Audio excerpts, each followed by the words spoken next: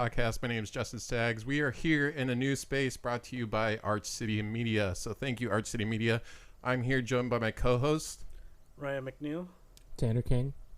And we're here to talk about video games. So that's what we do. We're not really good at it, but we try. And then, today we're talking about so we're just going to do a recap over the past month because it's been about, a couple of weeks since our last podcast. A bit. hey, we're trying to get more consistent, so we actually have a place to do them now. So, thank you, Arch City Media. And so the Game Awards. What'd you guys think? It was unexpected. Yeah. Don't be too excited. I mean, it was kind of long, kind of drawn out. It was fun. Seeing all the trailers, at least the first half. I'm not gonna lie though, I get kind of excited about the Game Awards every year because Jeff Keighley, he's somebody who's like actually really passionate about video games, and that comes across and like everything that he does. He's excited for the industry. He's excited for developers, players, and everything that encompasses video games. So I actually kind of get excited about the Game Awards every year, actually a little bit more than some other shows during the year like E3 that's just kind of gone downhill. Oh yeah. But I actually really enjoyed it. But do we get excited for like the wrong reason though? Because it should be a show that's for the awards, but we're basically just watching for the announcements. Yeah, I mean that's proud. We got to draw viewers in, and people love games. They love new games. They love games they haven't heard, and I think that's made true by the fact that it was the place they decided to reveal the Xbox One Series X. That's a big deal, and it was just kind of like unexpected. Yeah. Usually, that was so shocking. That's something they usually say for E3, like big game shows, and it wasn't. So I think that says a lot. And it does bring us in with the awards and the announcements, but I still think it's about the games themselves. I really do. Yeah, I'd agree. All right. And out of all the games, or like the games that were teased at least, which one like caught you by surprise the most? If any of them like stand out to you, like trailer-wise? Trailer-wise, yeah, hands down would be Hellblade 2.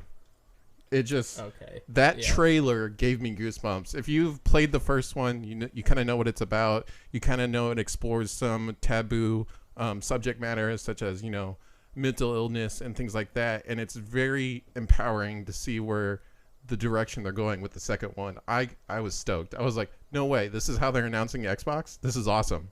It absolutely blew me away. The other one that I thought was another like maybe like a DLC for the original or something was actually The Forest 2, because I had no idea what was going on the first half of that trailer. Right. and then suddenly it was people in like a plane blowing up, and it was like, what in the world is going on? Oh, hey, I was just playing that last week. Okay. Yeah. I remember watching that, and I just saw like a woman like crawling up to a rock, and I thought she was humping the rock. Yeah. I was like, what is going on here? What kind of a game is this?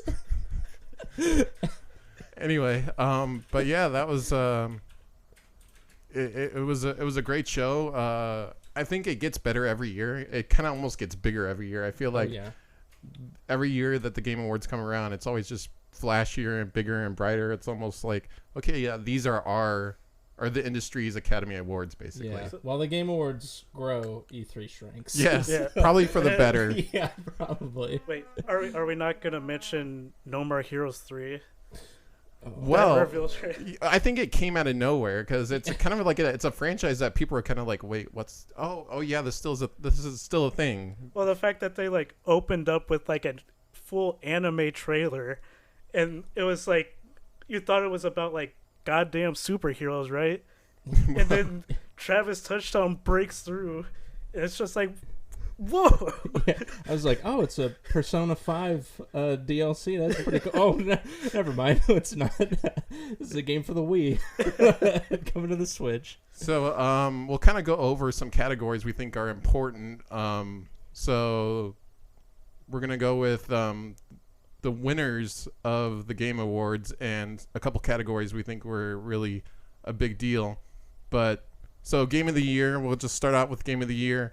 I did not see Sekiro Shadows Die Twice winning. I thought it was going to go to like Death Stranding because, you know, Kojima and his following, or something like out of left field like Control or the Outer Worlds. I really didn't see Sekiro winning, but I'm also somebody who's never played it, so maybe I'm not the best person to be talking about this. Right.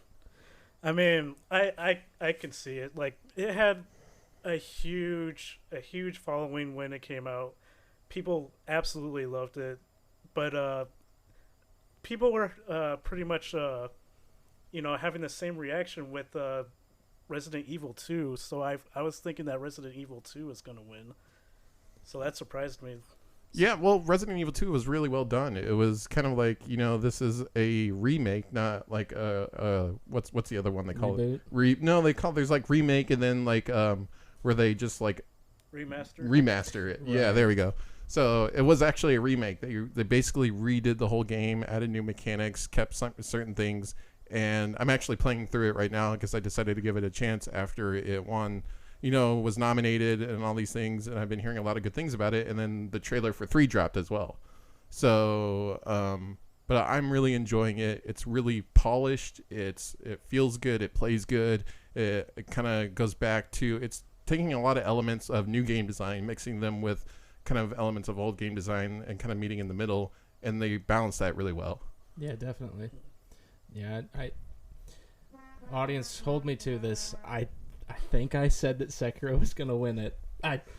If I didn't, I said Super Smash, and I take all that back because now that I've played Sekiro even more since then, it is definitely hands down my game of the year, and I can see why it won. Like, even if you're not a fan of Dark Souls, just the aesthetic of the entire game, just the way it plays, it bogs you down initially, but once you get the flow of the game, more of the ebb and flow. It's back and forth during combat. You're going to be attacking, you're going to be blocking, attacking again. It sounds simple, but it's very difficult. It's all about timing, right? Yeah. It's a game of timing. Yeah, it's almost like a work of art. Like, you're creating art while you're playing. It sounds dumb and cliche to say it like that, but it's incredible. Well, I don't think that's silly. I mean, games are art. I think they're a form of art form. Like, they're entertainment, and they get better every year. They touch on deeper themes every year.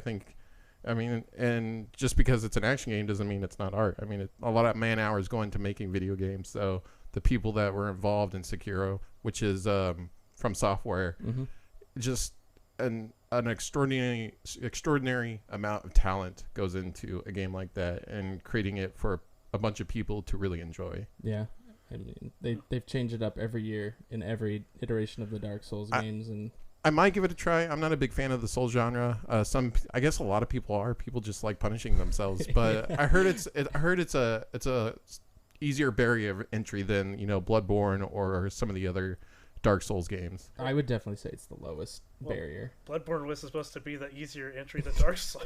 Well, it was supposed to be, and I remember getting to a point in that game, and I was like an hour into after a save point, and I died, and then a whole hour was wasted, and I was like, you know what? No. I think I actually took out the disc and threw it down the stairs. I was just like, this is stupid. I gave it to a friend because I couldn't beat it. It was like, you'd probably enjoy this more than I do. But so next category we're going to go with is Best Game Direction. And I was actually kind of okay with this, but I think we should hear from you, Ryan, because you're the only person who's actually beaten out of all three of us Death Stranding. So for the game direction, I guess that's encompassing Kojima's direction and the direction the video game itself it took. So it has like the typical Kojima, like, out there type of narrative, right? But what is really Kojima's narrative? I mean, it's basically like to confuse you. Yeah, it's working. It's basically like taking the, like, something you would think is kind of like mundane, like the typical like military shooter, and then like completely twisting it off upside down and everything, and making like the wackiest kind of narrative decisions, like having flying whales that are on fire Like it's wacky, but it works. He has an obsession with whales. I know he really does. It works though, doesn't it? I mean, you play the game and you're like, yeah, this is weird, but I mean, it makes sense. It's so wacky. I could just keep playing. I mean, look around the next corner. I think to pull something like Death Stranding off takes a certain kind of mind, and I think that's what Kojima excels at. It was definitely an entertaining experience. You would not think that something like being a mailman in a post-apocalyptic world would be interesting. You would not think it would be fun. It's funny. It's funny when find a way to do that. Right. When I'm playing it at home, my girlfriend walks in and she's like, "Oh, is this the UPS game?" And I'm like, "Yeah, it is." She's like, "Don't drop your boxes." I'll try not to. Thank you. I mean, I could understand like the fact that it's so you basically have to manage how you walk, like every single step. Like that could turn people off, right? Mm-hmm. But for other people like myself, like that was kind of the fun of it, and it was like super serene at times too. So no, it's definitely a beautiful game. It's one of those games where you're like, oh, this is really nice. There's something really lethargic and relaxing about this that I just love. But then the ghosts come out, and then it gets really creepy, and then there's there's dead things floating around you, and you can't see them, and then your blood is a weapon. Like I don't know, Kojima, what are you doing? Drugs. Probably. Yeah. Sponsored by Monster Energy. Yeah, that was one big problem I really did not like with the game was the drug. The blatant advertisement. Like the having sponsorship? Monster Energy drink like right front dab in the center, and the fact that like that's how you gain your like energy back. Like that's not cool. I mean, it was really in your face in that regard, but I think Kojima's at that level in his career and the games that he's created and the relationships he's developed where he's like, you know what, I need to pay for this game, and I know somebody at Monster, and he says I just got to do this, and they'll send us this much. So we need a sponsorship bag. Yeah, I don't think, and he doesn't care. He's just like, yeah, my game's weird enough anyway. So why doesn't in this post-apocalyptic world, Monster Energy still exists? So yeah, I mean, PUBG basically had Red Bull as one of the power-ups. So I mean, I don't see a huge issue, but brand placement's kind of obnoxious. For me, it's like if it's like subtle advertisement, like say like there's like a billboard on like one of the roads you're driving on and everything, like I don't mind that. But like when it's like right in your face, like they had it in Death Stranding and everything, like that was one of the weirdest for me. And I don't know, it wasn't really product placement, but it was just like it kind of took me out of the element. So I haven't beaten the game yet. I'm still going through it, but I remember early on in the game America's destroyed. It's like this post-apocalyptic world, and you're trying to reconnect cities through communication and things like that. So you have to literally hike to these different outposts to reestablish communication. And one of them, like after you reestablish communication, the guy wants you to deliver a freaking pizza to like somewhere else. And I was like, this doesn't, like, no, I don't want to do this. I feel like I have more important things to do than run back this way to deliver your pizza. It's just like weird game design decisions like that I feel, while they're kind of out of place inside the game, that's what makes Kojima. Like it feels like a side quest, right, but it's a main one. It's a parody of itself, basically. So we'll kind of move on to the next category we're going to cover with the Game Awards, and that's Best Performance. And who won was Mads Mikkelsen from Death Stranding. Attaboy. So I was actually really happy about this win. I was actually really hoping Courtney Hope or Ashley Burch would win for Control and the Outer Worlds. But I'm really excited that Mads won because I felt like it was going to go to Norman Reedus just because he's one of the bigger names on the list. Yeah. Who was nominated, and I was like, I mean, all he did was grunt. So. Yeah, he didn't really have a whole lot of voice acting. I mean, he did. I mean, it takes talent, but he's like a silent prototype. I feel like, well, he's not really silent. He just doesn't talk as much. Yeah, he doesn't talk a whole lot.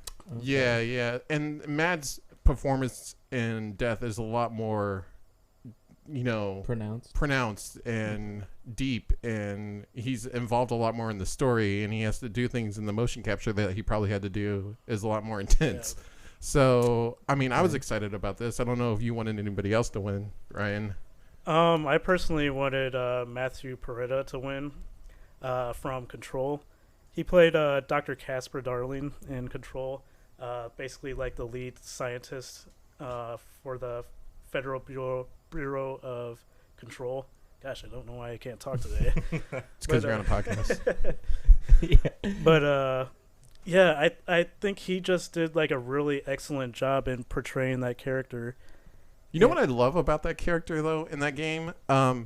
You didn't see a whole lot of his performances unless you kind of dug through the game itself. Like you went over there and hit the button on the projector, and then all of a sudden he comes up and you start seeing the video. You know what I mean? Yeah. Like he was definitely part of the narrative, but you learned so much more about him the more you dig into the game. Yeah, that was kind of unfortunate because it would be like easy to skip over like a lot of his dialogue, but like his dialogue was like some like the more interesting stuff that was in the game. So you kind of like do yourself a disservice if you did miss it. See, while he was good, I think Courtney Hope did better as Jesse Faden because she just had a lot more, I think, dialogue, and maybe they had about the same. I don't know. It's hard to say. But with her talking to herself inside of her head and then carrying the conversations in person to the other characters she's talking to in the game, I don't know. I just felt that it provided a little bit more depth as far as voice acting goes and performance. I mean, I don't disagree. I think they're all strong contenders. Yeah, they were all any of them could have won. But yeah, they were all really great. So now we're gonna kind of move on to the news, and the big news of the week is that Cyberpunk 2077 has been delayed till September. No. But, oh yes. So I'm kind of in the camp that I don't really get upset about game delays. One, there's way too many games to play, and I just don't have time for all of them. So when something gets delayed, I'm like, oh, good, I have other games I can play. Yeah. And two, I just want the game to come out like the developers wanted to. You remember back in like 2016 or 15, games are coming out constantly that were just broken on release. Yeah. And they still do. Yeah. And I think developers are kind of getting wind of that, and they're taking more time, and they'd rather have a game that works and it's good upon release than something that's rushed and comes out early to please the masses and then is broken and then everybody's angry regardless. Mm-hmm.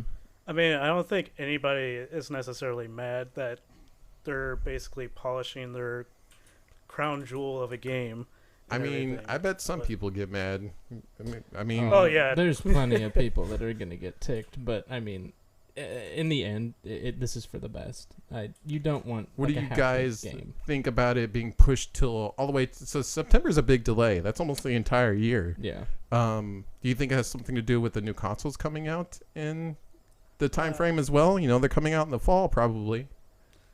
I think so. For a game as ambitious and big as this, I think that it could be like the crowning jewel of the new consoles, or even as the current ones. That anything is possible, but it looks big and impressive, and the more time that they take, the better. Honestly, yeah, I'm in full agreement there. I mean, and I think we probably will get another good peek at it at E3 in May or June, and we'll probably get another playthrough of a level or some kind of update on it, and that's enough to hold me over. So. Yeah. I would love it if they would possibly like put out a demo for the game, kind of like how they're doing for Final Fantasy VII. I wouldn't want that. No, really? Nope, really? Nope. I don't think I would. You want to go? I want to dive head first. I don't want my palate wet just ever so slightly to tease me. I don't want that. I just want to go in with a fresh mind, because if there's a demo, I kind of understand how the systems work a little bit already. I kind of know what to expect as far as voice acting and character arcs go. I don't want that.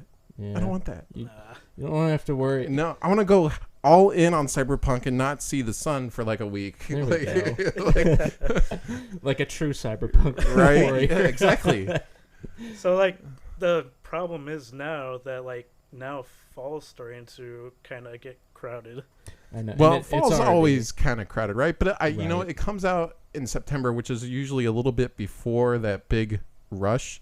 I know Marvel's Avengers got pushed back till September 2, so that'll be a busy month. And that's one game I'm actually kind of looking forward to. I know it kind of had a lackluster showing at E3, but at the Game Awards they showed some more, and it looked a little bit better. I mean, it's Crystal Dynamics. It's a good developer. I think we need to have a little bit more faith in them, and I think they're taking on a very ambitious franchise like Marvel. So, but that's a game that's coming out in the same month. So, if it plays anything like Ultimate Alliance, I'm in. Right. Completely. I mean, I think it's going to be. I think it'll definitely. It's definitely obviously influenced by games like Uncharted and Tomb Raider and things like that. That over the top action, scripted, maybe QTE events. How many QTE events? Well, we don't really know. But it's something I'm looking forward to. I just played Detroit Become Human, so I'm a pro at QTE. Okay, so I haven't played that yet, but I've heard a lot of good things about it. Oh boy! I mean, I've played David Cage's other games, but I haven't played Detroit yet. There's 3 characters, and I killed 2 of them. So you're doing good. So yeah, I'm doing good. My Wait, track how far are you? How I fast beat did it. you kill them? Okay. Oh, I beat it. It took 14 hours. And Was it Heavy Rain, the one where he was always like yelling Jason? Jason! Yeah, Jason! That was their first project. That's also on my docket to play, but I'm kind of nervous now. I don't want anyone to die. That's my favorite. That's my favorite one of David Cage's. What was the one with Ellen, or what's her name? Beyond Two Souls. Beyond Two Souls, that's right. Oh, I think I also have my extensive backlog. Cool. So, speaking of E3, somebody dropped out. I can't say that I'm really surprised. Sony. I'm definitely not surprised. I mean, E3's kind of been a mess for a couple years now, probably since 2017 maybe. Yeah, it just keeps getting worse. I won't lie, I expected Sony to go to E3 this year because of the fact that they're releasing a new console this year. I thought that they would be using, the hype that's drawn up from E3 to, boost the signal of, the announcement. But I can't say that I'm like too surprised though. Right. Yeah. They're kind of pulling an EA. They're coming out and they're gonna do their own thing probably. So especially since it costs so much money to just have a booth there, and also the fact that like E3 kind of accidentally doxed a ton of people. Right. So reading into this story, I learned that maybe one of the reasons that Sony pulled out is they don't get along with the ESA too well. And then after the ESA leaked everybody's info, Sony's just like, yeah, we don't really want to put up with you anymore. They had flashbacks of the PS3 era. Right. So, but I think I'm okay with this too. I think for E3 to thrive and continue, it needs to evolve. And I don't think it's really evolving under the ESA. So hopefully the show still lives on, but it definitely something needs to change with it to grow with the industry, because big trade shows aren't really needed anymore. I feel like E3 just carries the weight of a big, like a week of video game news that everybody looks forward to. Kind of like Gamescom or something. Mm-hmm. Yeah, I mean, there's a reason why like a lot of people like myself consider it like Christmas, and you just get like tons and tons of like you're opening tons and tons of presents, which are new game announcements, and like that's why it's kind of sad for me to know that like E3 is kind of going down. Especially after you've been once or twice, because you and I have been once or twice before, and it's a great time. We went back in 2015 and 16, I think. Yeah. Yeah. So this was kind of before before it went downhill. It went downhill, and it was awesome. It was great to interact with developers. It was great to interact with publishers and even other fans. Like people were coming to E3 that were in the media that were just as excited about the games as the players. So I think E3 just needs to fix some wrongs and reevaluate how it does things. Definitely. In this constant media an info-driven world where things come out so fast. Yeah, so and there seems to always be something going wrong on, like, I don't know which year it was, but Sony had a couple mistakes when they were showcasing some of their games. Like one of the Assassin's Creed games just wouldn't play on stage. Like there's always technical difficulties, and that's going to happen at any show. But for E3, for being so as big as it is, you shouldn't be seeing that many. Yeah, it was a problem for a while. For a while there was like montages of like the cringiest moments at E3. Man. So, I can't watch any of those. So E3, while it was at the top of its game in probably the early 2000s, was also very cringeworthy. Yeah. But on that note, there's rumors about a possible PS5 detailed announcement in February. So Sony's talking about kind of having their own event and then just spilling all the beans on the PS5. I'm ready. I'm so ready. Yeah. Do you think that's better for the industry? Kind of these companies hosting their own events in a way, because Microsoft's they're waiting till E3, but they're gonna probably announce everything at their press conference. Right. I mean, the people who care are going to tune in. No matter what, they're gonna get that information. So it's like, why spend the money of like appearing at an expensive show that seems to be in decline when you can get the eyes all on you and everything and not have it cost all that much. Right. And on top of that, part of our news is that Horizon Zero Dawn, there's talks of it coming to PC, which is kind of a big deal because that was a PlayStation exclusive. Mm-hmm. So what's that mean for the industry? So Sony's getting out of E3. They're doing their own events. Now they're having their exclusives go to PC.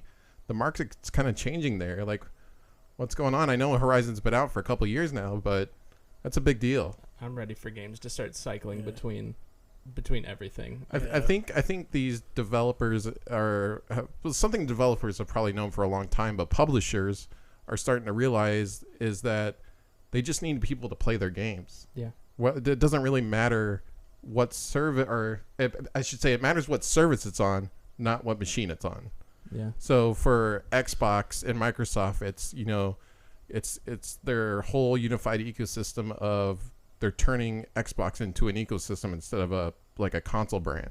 So you can play games for Xbox, you can play for the Xbox Games Pass for PC and have access to all those games and have access to those games on your Xbox. So I think we might start to see some of that with the PS5 as well, because I think Sony has to compete in that space in some way. Yeah, definitely. And I think that they're ready for it too. The PS4 was I've played on each of the consoles this generation. I think that the PS4 performs better to an extent than the Xbox One in certain regards. But from the sound of it, both of these consoles are effectively the same. They're just glorified computers. Yeah, that's basically what they are. I mean, that's what every console is, but these sound like they're actually like high-spec computers. Right. They will be. They'll both be running 8-core AMD APUs, probably similar GPUs that are in there, and it's all going to be coming down to who offers the better service. Yeah, exactly. And I don't think that exclusive deals are going to be enough to drive more people to choose your console over another. I think that a wider range of games is going to bring in more people for both. Yeah, choice is a big deal in that. But I will say Sony's first-party titles are much better than most of Microsoft's offerings. I think a little biased, but I think they usually have been. Yo, absolutely. Everybody says, I mean, Halo is probably like the outlier here, but most Sony games are like phenomenal single players. Right, but there was a big push for multiplayer for a while there, and then Sony came out and said, no, there's still value in these single-player experiences. Here's God of War, here's The Last of Us, here's these other games that offer real meaningful stories that players will want to play. Yeah, and they did. The thing is, though, is that, like, Sony's first-party studios have had time to grow and develop, whereas Microsoft's hasn't really, which is what's like going to be like really interesting going into this new console generation, given that they have all these new first party studios under their belt now, especially with somebody like with a studio like Ninja Theory, who has created some like really interesting high caliber games. I was so stoked for Ninja Theory when they got bought. I know that sounds like a weird thing to get excited about, but they were a smaller studio in Europe, and they made an amazing game, and they've been making amazing games for a while, but I feel like Hellblade just upped the ante for them. And to see them get bought by Microsoft and get all of Microsoft's resources to make something like Hellblade 2, like what we saw was an in-engine, like it was in-engine. That whole Hellblade 2 was in-engine. Now, will that be what graphics actually look like?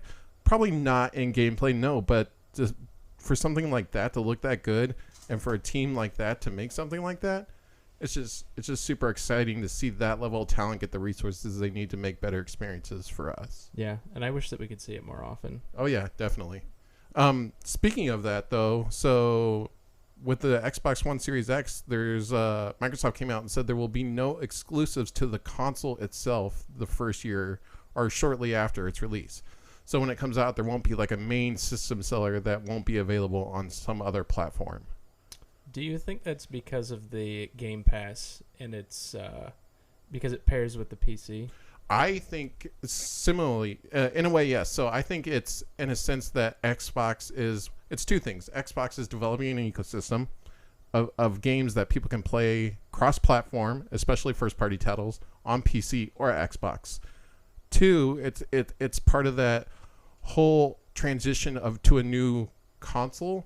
So there's a big established base of Xbox One gamers out there. And if you release a game just strictly for Xbox One Series X, God, these are like mouthful names. Yeah, they are. But if you release a game strictly for one console, it's hard to make that sell to a publisher or a developer. Hey, make this game to this really small pool of people, while this big pool of people, we're just going to try to hope they buy the console to play your game. And I think the market's just evolved to that point. For a while now, you'll see, especially after Xbox One Series X comes out, that games for probably for a year or two will still be available to play on Xbox One X or something similar, and then slowly phase out over the years as you need this console to play this game. So I think that's how that market's going to go. This is like the last console generation where, there will be certain like system sellers basically. Yeah. But isn't it also because of the fact that like their studios have just started like making? I know. I think these studios have been working on probably games for these consoles for a couple years. There's no exclusive. Well, Sony will have exclusives to PS5 probably. I don't know. It's hard to say because they're such an exclusive platform in general. Yeah. So maybe PS5 will, but I don't think Xbox will. There won't be an Xbox One Series X game that you will need an Xbox One Series X to play. Yeah. It'll be available on Xbox One X, PC, especially if it's a first-party title by Microsoft. The closest you'll get, which won't even technically be exclusive, is probably going to be like the ID Xbox games, which is like all the indie things that go on to the Game Pass. Even their bread and butter, their golden franchise, Halo Infinite, will be available on PC. Yeah. So it's not going to be an Xbox One Series X only. You can just call it XOX. Yeah, just XOX. So it's not going to be an exclusive title. So I think to sell these systems, they'll need to come at a good price, nothing outrageous. I'm thinking maybe $4.99, $5.99 at the most, and then they'll have to offer other services that entice gamers in. So say you buy an Xbox One Series X, you get Xbox Games Pass for the next year. Something that entices players into that ecosystem. And once they have you, kind of like Apple, they suck you in, and then they'll offer all these services that are only available on that ecosystem. Yeah. Yeah, and I think that more companies should do stuff like that. I mean, because there's so many different places to go to get games now. I mean, Steam, Epic, Microsoft, Sony. Everything except GameStop. Nintendo. Yeah, everything but GameStop. How are they not dead? They're slowly dying. I think they just released another like report that says they're just like slowly just dying even more. It's just like a cockroach you can't kill. It's incredible that they're still alive. I want them to live as long as possible because of the fact that they own Game Informer. Oh, that's true. Man, I haven't been subbed to that in over a year. I'm hoping that somebody buys Game Yeah, what's going to happen is that they're going to liquidate all their assets, and hopefully another, media company buys, Game Informer and actually treats them right. Yeah, no kidding. Now, speaking of 2020, we're kind of going to move on to the most anticipated games of the year for each of us. So we're going to kind of run through, and Ryan, why don't you start? What are the games that you're really looking forward to in 2020? So the games that I'm most looking forward to are Ghost of Tsushima. Let's see. You know what I love about Ghost of Tsushima? It's I think from what I've seen of it, it's one of those first games that like really lets me live that like Akira Kurosawa like mindset, like a game really just built around that whole genre of Eastern film. It is incredible. It looked like what Sekiro looks like, but like almost more polished. So do we still know any more about this game? Is this something that's going to be third person? Is it something that's going to be they haven't really released like any information about it. Except that trailer though. They did show. I remember that they showed like early on like a little bit of the gameplay, and it was like emphasizing like was it stance or something like that? Yeah, it was the stances you could take. And like one-on-one combat pretty much and everything. Super dramatic, like the sun setting, the leaves are blowing in, the grass is blowing in the opposite direction. He pulls out the sword, the sun's sitting behind him. It's all very dramatic. Yeah, one strike sheathes the blade, right, the other guy then dies. You just see the other guy just fall in half. It's so cool. I geeked out when I saw that first fight. I'm so ready for this game. Yeah, so like the story is supposed to take place during like a time where like the Mongol Empire invaded the country, and you're basically like one of the last living samurai left, and you just basically have to throw away everything you learned as a samurai and embrace like unconventional warfare. Sounds like a gameplay mechanic to me. Yeah. I'm so ready. So what's next on your list? Do you want me to just all go, or do you want to each of us to just? Ryan, what's on your list? Okay. Yes, you, Ryan. Fine. You're the expert here. Okay. So the next on my list is, of course, Cyberpunk. Right.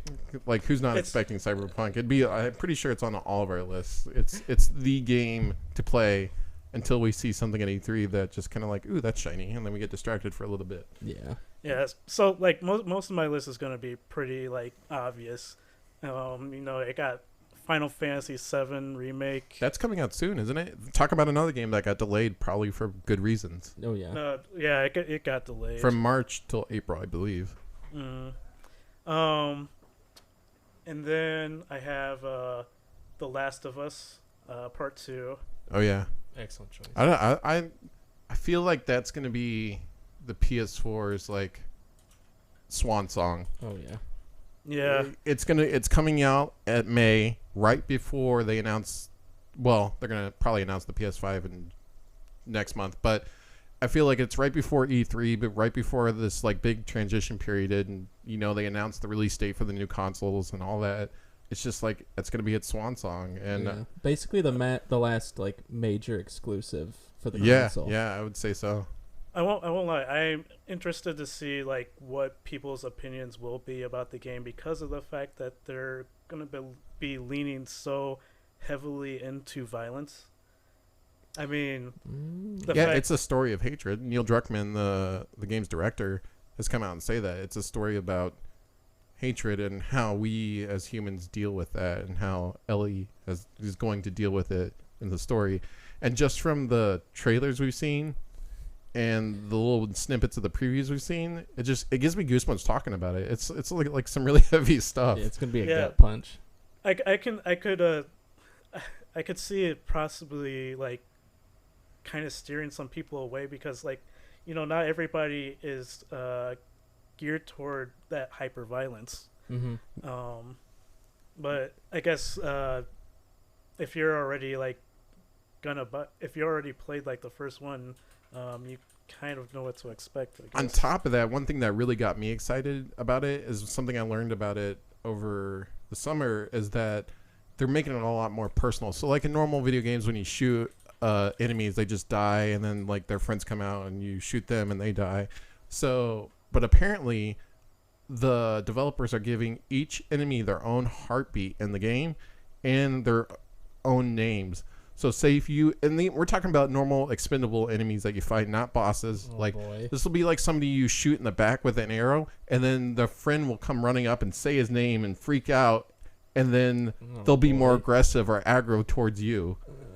Like it'll hit you a little harder that you actually just killed somebody who had a life and a name, not just this regular nameless NPC. Like they're exploring certain models of game design that are honestly exciting and scary at the same time. Yeah, it's a little intimidating.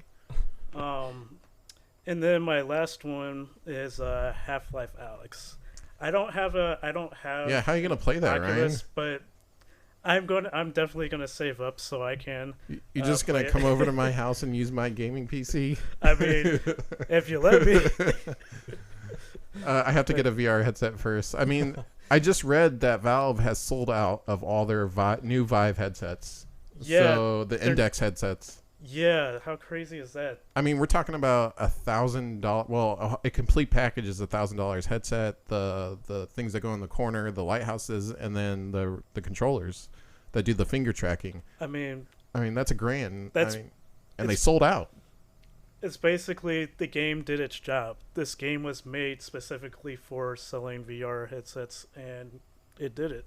Yeah. So I mean, from the preview that we got, I'm excited. I think it's been so long since I've seen Valve release something. I'm just apprehensive in that regard.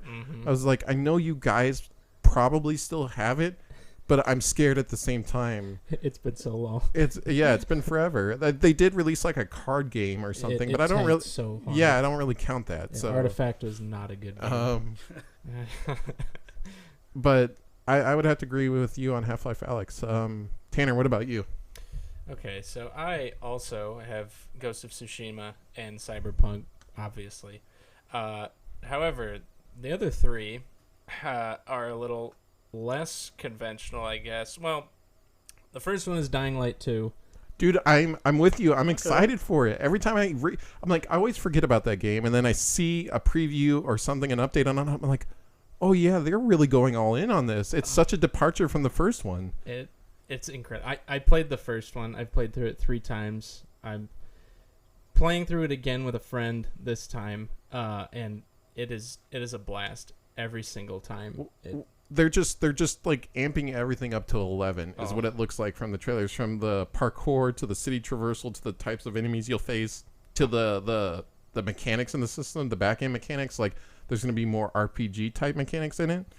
That's what I thought it was missing in the first one, was there wasn't enough customization options. I mean, sure, there was like the 3 trees and everything, but I mean, you're eventually going to get everything in the trees. You don't really have to specialize in anything specifically. The normal progression is you get good at parkour, then you get good at fighting, and then everything else happens. Whereas this one is a lot broader, and there's a lot more options. And interesting. I love RPGs. I like it. Good pick as well. So I'm super excited for this one. Second is one that Ryan actually brought to my attention, was Ghost Runner, which is is that like it's that like other like Cyberpunk inspired game, right? Where you're like running around with a sword and you're like parkouring and chopping dudes' heads off. Yeah, it's like Mirror's Edge meets Dying Light in Cyberpunk, and you just slash people up with a ninja sword. And this is going to be exactly like Mirror's Edge, where I feel like I'm going to fall 27 times and then get it right once, where like I'm supposed to do this like sweet run off the wall, do a flip, do a backflip, grab onto this rope, swing down, cut this guy's head off, do another flip and cut this guy's head off. But I'm not going to be able to do that till I do it 30 times. And I'm going to get a little nauseous halfway through because I can't handle all the fast motion. Talk about a franchise that I want to see another game in, Mirror's Edge. Yeah, Mirror's Edge 2 was... Gosh, I thought it was the only one. No! No. Mirror's Edge 1 was incredible. Mirror's Edge 2 felt a little too short to me at least, and just a little lackluster. It felt more refined though. Definitely more refined. More refined mechanics wise, but like the story and everything, I don't know. It just didn't live up to what the first one had established. Yeah, there was a little bit more mystery with the world in one. Yeah, you're like, how did this... It was very Orson Welles-y. Yeah, exactly. And that's what I was hoping to see in that way. Hey, who knows? Maybe they'll come out with a third one. Who owns that? Is it EA? EA owns that, right? Yeah, it's made by DICE. That's going in the vault. Oh, man. No. There's no way they're going to make another one. You don't know. Yeah, you don't know. EA pulls random stuff out every year. EA's like that abusive, like... friend who says they'll fix themselves and then comes out and just steals money from you again. like, no, I promise I'm better. Come on, just let me in. I won't give you another garbage FIFA game, but actually I will. And last on my list is Spelunky 2, because I know this is a curveball. I loved the Spelunky games. I had the original 8-bit version. I downloaded a hacked version onto my laptop in college so I could play it between classes. I got the revised version that came out in 2014 or 13 for the PS4. Yeah. It's like my go-to party game.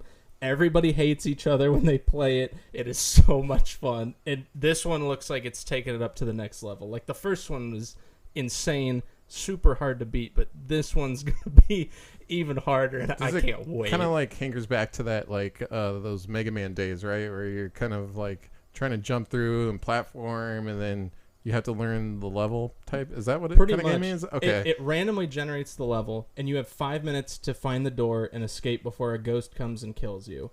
And if the ghost touches you, you're just straight up dead. Sounds like a game I'd hate. Yeah. The deeper that you go, the harder the game gets, and when you play with friends, you can pick each other up and use each other's shields. Sounds like the Binding of Isaac a little bit. It kind of is like Binding of Isaac, but in this one, you're throwing pots at skeletons or picking up your friend so that he can meet shield and arrow for you or something. It is so much fun. I just know that Patrick Klepek is obsessed with that game. With good reason.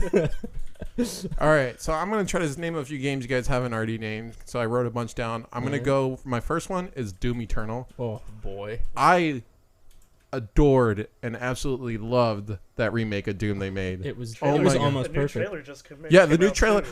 I was psyched. I got I was literally yeah. I was geeking out. I was like, you got heavy metal, we got chainsaws, we got guns, we got sharp knives, we got sticks. This is the most dude game ever. Oh my god, I loved it. But the reason I loved the first one so much is just it was so polished, and the premise was so simple. You're a Doom guy. These are demons. Go out there and kill them. And it was such a satisfying game. You're oh, another shooter. And when a shooter is done well and gives a player, it's good level design, it's good enemy design, it's good weapon design, it's everything. You can, like you said, you can feel it. You can really feel it. And I'm excited for the second one because they're kind of delving more into the story of that world. If you watch the new trailer, there's kind of this tradition of hell to take over Earth. And you're just you're like sand in their shoe, basically. You're just this annoying thing that won't let it happen. That was interesting. It seemed like from the trailer, it seemed like they were kind of going more into the story. Dude, I got excited as soon as that demon comes up and she's like, "Who are you to defy your traditions?" And I was like, "Doom guy is this guy. He's too mad to die. It's time." Let's see here, and what else can I go with? You already did Half-Life Alyx. Okay, I'll go with a one I'm excited about that's kind of goofy, Skatebird. Yeah. I am excited for a Skatebird because I am somebody who loves silly games like that. I get immense enjoyment out of them. Right. I loved Untitled Goose Game, and when I saw Skatebird, I was like, it's just Tony Hawk with a little bird. It's great. Hey, there needs to be a hawk that's called Tony. I'm sure. I'm sure there will be. There has to be. Let's see here, and then I'll go with a few others we haven't mentioned that maybe have fallen off the radar. Beyond Good and Evil 2. Oh yeah, I totally forgot that was coming out. I'm hoping it is, right? I mean, it's been in development for like 7 years. I'm just gonna go with 2020, and if we're wrong, we can just scratch it off the list. It looks cool. It looks like they're they're picking up from the story of the first one. They're bringing back some of the characters we loved, and they're expanding on this whole world and this idea of this universe that you can explore and these planets and some of the tech involved with the game. Like being able to start in space and then go onto the planet. See, I don't feel the same way. I'm Nobody excited for you. the I'm excited for the sequel, but the thing is that it seems kind of disjointed from what the first one was.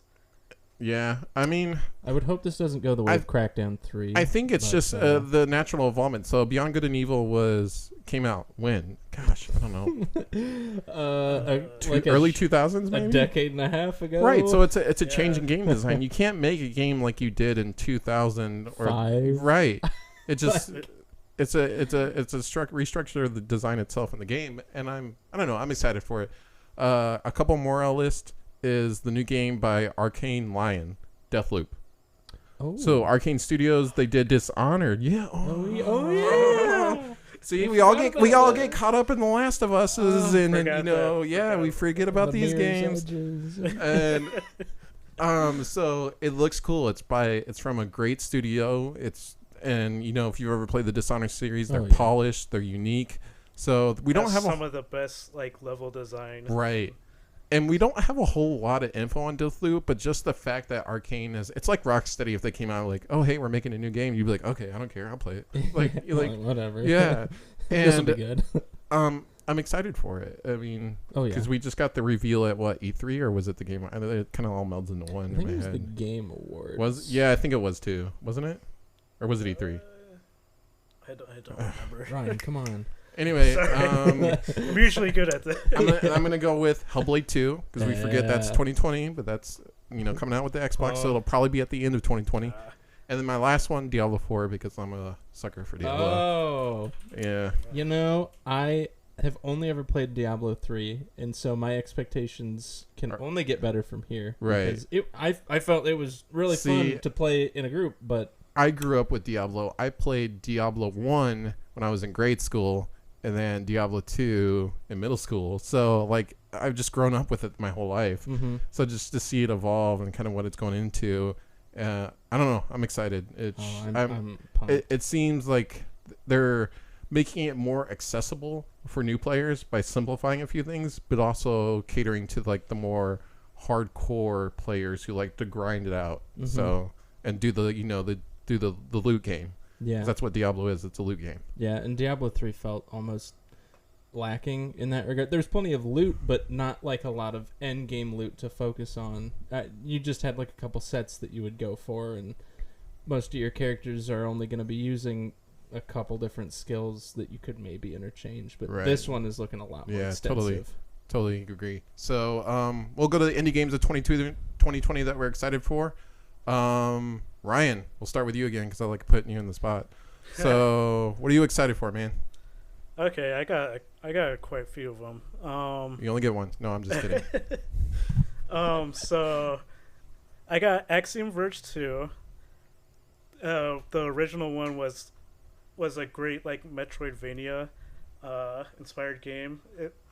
I think it kind of what's the Metroid game that Metroid fans were waiting for Nintendo to come out with? Metroid Prime 2.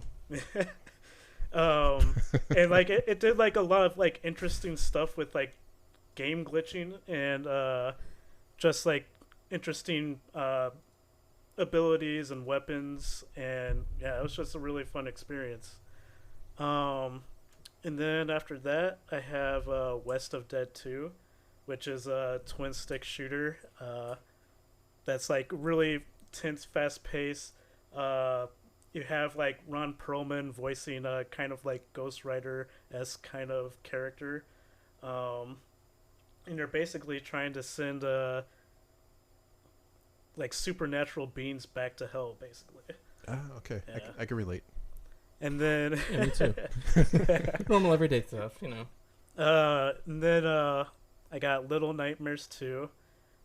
See, that's I haven't played one, and it's on my list because it's like I love the aesthetic of that game, and I love that style of game because I loved Inside and what was the one before Inside? You know what I'm talking about? Limbo. Limbo. And those types of games just they hit that chord for me, and I'm like, yep, gotta play it. And I just so many games on the list I haven't played, but I'm with you. I love like the Tim Burton-esque kind of art style and everything. That like I'm not usually into scary games, and I wouldn't quite call this like a scary game, but it was like it has a creepy atmosphere to it a little bit. Right. Like something's like not right with what's going on, kind of thing. And yeah, it was a surprise hit when it came out in like 2016, and I'm glad that Tarsier Studios got to be able to make a sequel to it. I really have no excuse if it came out 2 years ago. I'm like, oh, it's on my list. Look at it, dude. That's a lot of games. You should see my Steam library, man. It's just like 1,000 games I haven't played that they just suckered me into buying for $5. Wish list is for shame. bigger. I know. What else you got? So I got The Pathless. We don't really know too much about that one yet, but it's from the people that made Abzu. Ooh. Probably one of my favorite indie titles ever. And then In Most, that's going to be published by Chucklefish. It's basically kind of like a kind of horror kind of game that focuses on like 3 different characters and their perspectives of what's going on in the events, and they're all kind of like intertwined, their stories. Okay. It's really interesting. And then I got a few other ones. Soundfall, which is kind of like a rhythm dungeon crawler kind of type game, I guess. Okay.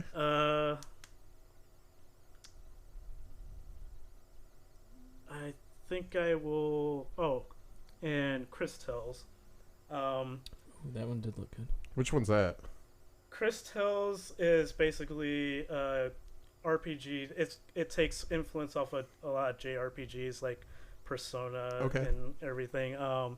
And like the unique thing about it is that it has this feature where you experience the past, present, and future all at the same time. And the choices that you What? So how they do it basically is they lay it out in like kind of like a triangle. So like imagine like a rectangular screen, right? Okay. So like it'll be kind of like this, and then like this side will be the future, right in the middle is the present, and then over here is the past. Okay. Oh, that's cool. And so like the sounds complicated. Yeah. No kidding. So like the choices you make throughout the game will basically affect how the world you're living in evolves. Yeah. Oh, nice. That's awesome. Well, cool. So for me personally, looking forward to a few games. 12 Minutes is one of them. I was gonna say that one. Yeah, dude. It's like Groundhog Day the game, but you like killed somebody, right? Or maybe, or like, a cop comes in and kills you. Yeah, and you got to figure out why. Yeah, you have to figure out what happened. And you only have 12 minutes to figure it out every life you get or something. Yeah, it's kind of crazy. It looks cool. It looks sweet. Next one is Falconeer. That looks cool. It reminded me a lot of Abzu. That's why I say that again. Falconeer, right? Okay, Falconeer. I thought you were saying something else. Falconeer. This is a family show, Ryan. Gosh. So that one has you as a falcon. Obviously, not a whole lot explained in that one either, but it looked like a more of a narrative exploring game where you kind of like Abzu was, and you kind of go through this world and a lot just happens. It's a really beautiful game. I find those kind of games relaxing. Mm-hmm. Next one that has me really excited is Spiritfarer.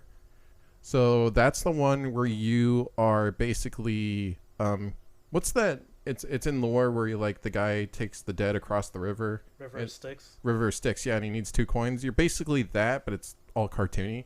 But you take spirits in and basically have to ferry them, take care of them as they go from this plane of living to the afterlife. Huh. And it looks like pretty heavy stuff because they'll come and talk to you, and all the regrets or dreams that they didn't get to accomplish, and you have to like, it's almost like a dialogue based game where you have to go through it. So, and like you can build your ship up bigger to take on more souls and things like that. Looks really cool. That sounds awesome. And then The Last Night is my next one, hopefully coming out this year. You remember that one? Yeah, it was that like pixel based, but it's actually 3D, but looks really cool. And I'm struggling to think of it. Is there more to it? No, there really isn't. Pixels. No. So it was kind of like Blade Runner-esque almost. Oh, never mind. Yeah. Okay. Yeah. Okay. It took a minute. So there really wasn't a whole lot to go off of the trailer, but right. Just from a visual standpoint, it looked cool, and it's obviously taking a while to develop, but I'm excited. Hopefully it comes out this year, maybe for those like idea Xbox type things. Probably be on Games Pass or something. So yeah, that was an Xbox exclusive, wasn't it? I think a couple. That was like E3 2017, I think, when they announced it, wasn't it? It was a while ago. At the beginning of the end. Yeah. Well, it'll be coming out here soon, any day now. I have a few others. Carry On was one that Ooh, that one looked. That was also on my list. Yeah. Still on my whole list. The one where you're like a monster. Yeah, so you're basically the thing in the thing, and you basically go around and you have to kill people, and then you grow larger the more people you kill, but they also get new weapons. And the way that it's just designed, it's pixel based again, but like you go through the level and you like slink around like the thing. It looks cool. It's just kind of a twist on like the whole Metrovania type. That's a Devolver game, yeah. Yeah, definitely a Devolver. It was teased like a year and a half ago. Yeah, and people were like, "This isn't gonna come out. There's no way." And then they sent out the trailer like a couple months ago. People were like, "Whoa, this is happening!" Talk about a publisher that I would love to work for. Devolver Digital. Yes, they go so like they just do their own thing. They were like, "Yeah, we have a E3 coming up. What do you want us to do?" Well, I got a camera in the back. There's an empty room over there. You want to just shoot our press conference right now? Yeah, no kidding. And the type of games they make are just off the wall. Kind of crazy. My friend sometimes. Pedro, Enter the Gungeon, Ruiner. They just have such a diverse selection. Love Ruiner. So weird though. But now that I stole half your list, what are you looking forward to, Tanner? Okay, so I still have at least one on here. Grift Lands, which is made by the same people that put out Don't Starve. Oh, okay.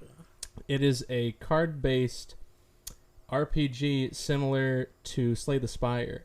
I've heard a lot about Slay the Spire. I heard a lot of good things about that game. Slay the Spire is so much fun. It's basically like a dungeon crawl, except you're just throwing out cards for all of your actions to keep the fight moving, and you keep collecting cards along the way, and you'll eventually die, but maybe you'll make it out. This one is more focused on like a narrative story, where your cards dictate what your players are going to say, what actions they're going to perform, and then when you get into a fight, then it's, it devolves essentially down into a bare knuckle brawl, and you're throwing out cards to do the attacks. So it looks like something that's right up my alley, but I'm pumped. Anything that Cly Games comes out with, I'm completely there.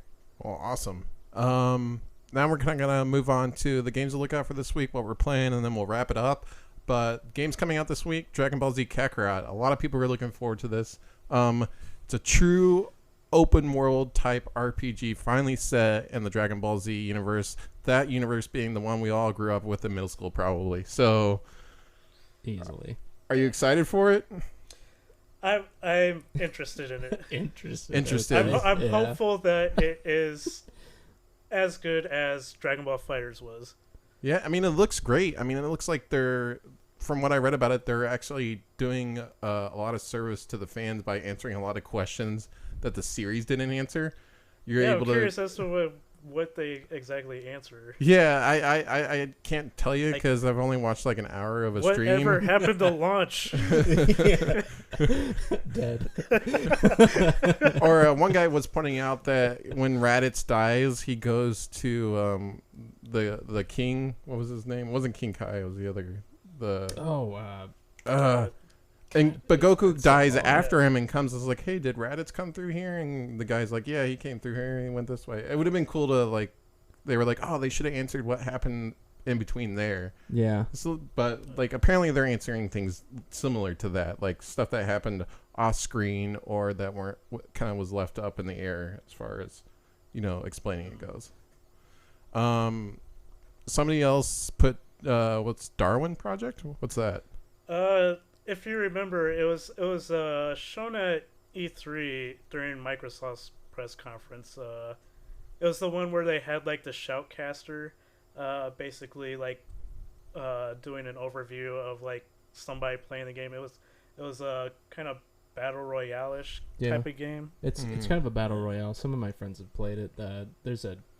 You can play like a trial version on Xbox. Well, I mean now it's out for free, so you don't have to do trial anymore. But still, you're essentially thrown in with one or two friends, and you have to scramble to try and create weapons and stave off enemy attacks and try not to freeze to death and all this other crazy stuff while the zone gets smaller. And I don't know too much about it, but it sounds like somebody gets to control how the zone moves and what attacks start to come in. So somebody's almost like the director handling the game, right. But I don't know. So, but yeah, it feels kind of slow for releases lately. I mean, usually kind of a busy time has kind of been, a lot of things have been pushed back a little bit.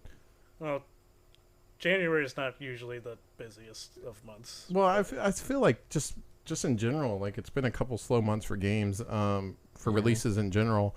We're but about to see a flood though. Fall. Come fall. I mean, we're getting Final Fantasy the 7 remake, then we're getting Doom, some of the big titles that we talked about, and then we're getting something comes out in May too, doesn't it? I feel like we mentioned it earlier. Ryan, wasn't that what Avengers? No, Avengers got pushed back till September. Same month that Cyberpunk. Before it. Oh yeah. Yeah, you're right. It was supposed to come out in May, and then they pushed it back till September. So a lot of the decent big releases are getting pushed back. So we're probably going to see a slow first half of the year, right, for the most part. So what are you guys playing right now? Well, I played a little game called Awesome P. So I watched the trailer for this. What the hell did I just watch? It's basically a retro-inspired platformer. And you're a P. Yeah, you're a P. Like a P-U-E, like a small little P. Yeah. Right? Okay. I mean, it's video games, man. What do you want from me? I want flying whales on fire, man. That's what I want. Oh, he already finished that. He's moved on. Are you liking it? Yeah. It's not bad. I'm only playing the demo though. I didn't buy the actual. Come on, you got to commit to the you got to P. support the developers, man. Yeah. And then other than that, I've been playing a little bit of Ape Out. So I watched the trailer for this too, and it didn't explain the game, but it was pretty violent. Oh, well, you're basically an ape that's like running through like a facility that was basically doing scientific experiments on you, and you're just like basically killing everybody that's in your way. Okay. This is the top-down one from Devolver, right?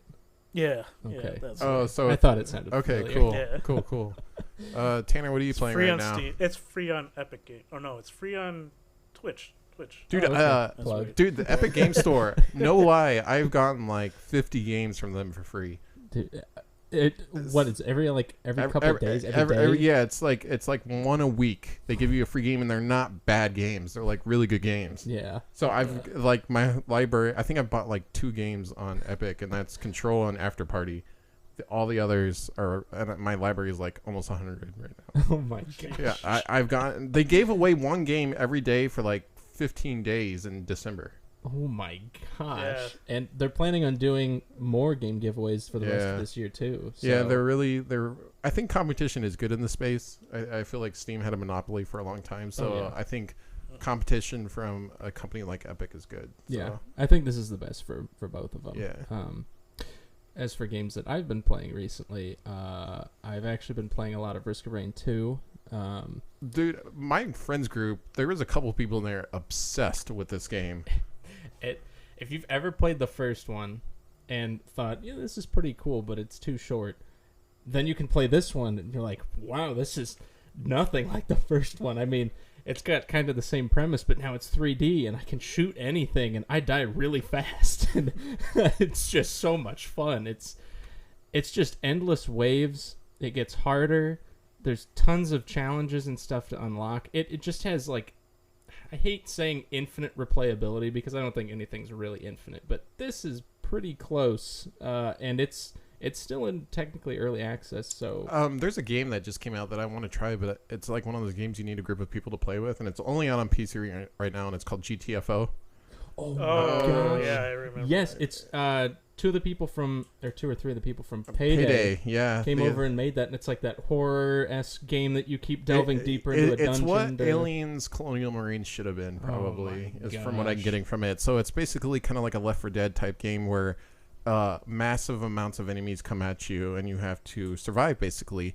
But the premise is like you're prisoners and you're controlled by an AI controls like this facility. And you find out this facility is just a big underground base, and you have to go deeper and deeper and deeper into the base. The deeper you go, the harder the enemies get. So, and it's all like the levels can change every time you reload the game. It's like procedural. Procedural, yeah, that's the word I was looking for. It's procedural, and like no two games are the same. Those are my so like you'll have to games. like collect keys to get through things, or seal doors to give yourself a little bit more time to defend against certain types of enemies. The classes, each character has different strengths and weaknesses. It looks like a cool ass game that I want to play. Just I need more friends, guys. I need more friends. I need a computer. I need more PC friends. I didn't even know that game was out yet. Yeah, well, it's early access on Steam. Okay. So it's in early access to try to iron out all the kinks before, I guess, a V1 release. Some of those games, even if it says early access, I consider it to be out because, I mean, I'll help it polish. Yeah, early access is such a unique thing that's come about in the last 5 or so years. Yeah, it's just recently. It's like, help us develop. You are our beta testers, basically. You are our QA people. Yeah, and I've seen a lot of people complain about it, but like... Well, it's because you got to look at what you're looking at. You're looking at the average consumer, and a lot of people kind of miss that. I feel like it's like the people the public going to E3 for the first time and getting mad that they have to wait in line. It's like, yeah, I mean that's what it is. What did you expect? I feel like if a game goes into early access, you kind of have to give it a little bit of leeway because the developer is putting something out there that they know is not complete, and that takes a lot of guts, I feel. Yeah. And then you have to ask the public's help to help you solve it, and sometimes it turns out really great. In the case of a game, have you guys heard of Subnautica? Yes. Yeah. So that game has just been polished and polished and polished because the community has been really good, and then they've come out with like their first expansion, and it's just great. And I think that's like what early access is supposed to do for games. Definitely. That's like a really good case scenario. As for myself, what I'm playing, I'm surprisingly enough playing Ace Combat 7 because I got it on sale. Nice. It's actually fun. Hey. I'm kind of somebody that's always enjoyed like those fighter style games. Like I've always enjoyed the Ace Combats growing up. I kind of like flight simulators sometimes too, and it's just a dumb fun game with like the whole storytelling element behind it. Pretty good. Not bad. It's visually stunning. It's well put together. No bugs. No glitches. It's a really nice game. And then I'm playing Resident Evil 2, like I said, just trying to get through it. Learned though that the game's only like 8 hours long. Oh, RE2, yeah, it's not a long game. Well, I've put a couple hours into it already. Was Biohazard about that long? I guess. I don't know. I mean, they remade it, so I think they took out some things and added some new things. Yeah, but probably. I mean, I can't recall, but. Most Resident Evils are just a blur to me. It's just like a lot of me running around scared, and then I'm like, oh, well, story moment. I'm still scared, and then the game's over. Oh, okay. Well, that about wraps it up for our first podcast in the new studio. Thanks again, Arch City Media. Ryan, where can people find you? So you can follow me at Ryan McNeil 24 on Twitter. You can read some of my articles on Forbes.com or Inverse.com. And I just put out an article called the 20 most exciting games coming in 2020 on voxelbyte.net. So you can check that out if you want. Yeah, I mean that's really cool. No, but like most exciting games we're excited about till E3, and then we get all these new reveals are what PlayStation shows at their reveal of PS5, because they're going to show games. They got to show games. Oh yeah. How else are they going to get people excited? But it's going to be like, what one game I really want to hear about? Starfield. Oh my gosh, yes. Like, what the hell, Bethesda? Where's Starfield? It was like the shortest, simplest teaser ever, and I was already like, I'm all in. Like, Mass Effect Andromeda was such a letdown. Like, I'm ready for a new Space Odyssey. They did say it was for next gen, so I imagine if we'll see anything, it should be at E3. Oh, fingers crossed. So hopefully we'll get more info on that. Hopefully it's not a huge letdown like some Bethesda stuff. And that's their next game, right? Not Elder Scrolls 6. Supposedly, yeah. Elder Scrolls 6 is supposed to come after Starfield, so we'll see. Yeah. Okay. Yeah. So no 76, that's for sure. You can find me on the tweeters at Ryder of Brohan. That's Ryder with a Y, RYDER. Tanner? I'm still a ghost. You can't find me anywhere. I can't even get into Facebook anymore. On this podcast. I lost my password, and I'm not giving them any of my credentials. So I'll get around to making a Twitter. In the meantime, you can just listen to me here. All right, guys. Well, thanks for tuning in. Thank you to Arch City Media, and we'll be back in a couple of weeks with our third episode of the year. See you guys. Consistency. Yeah. Yeah.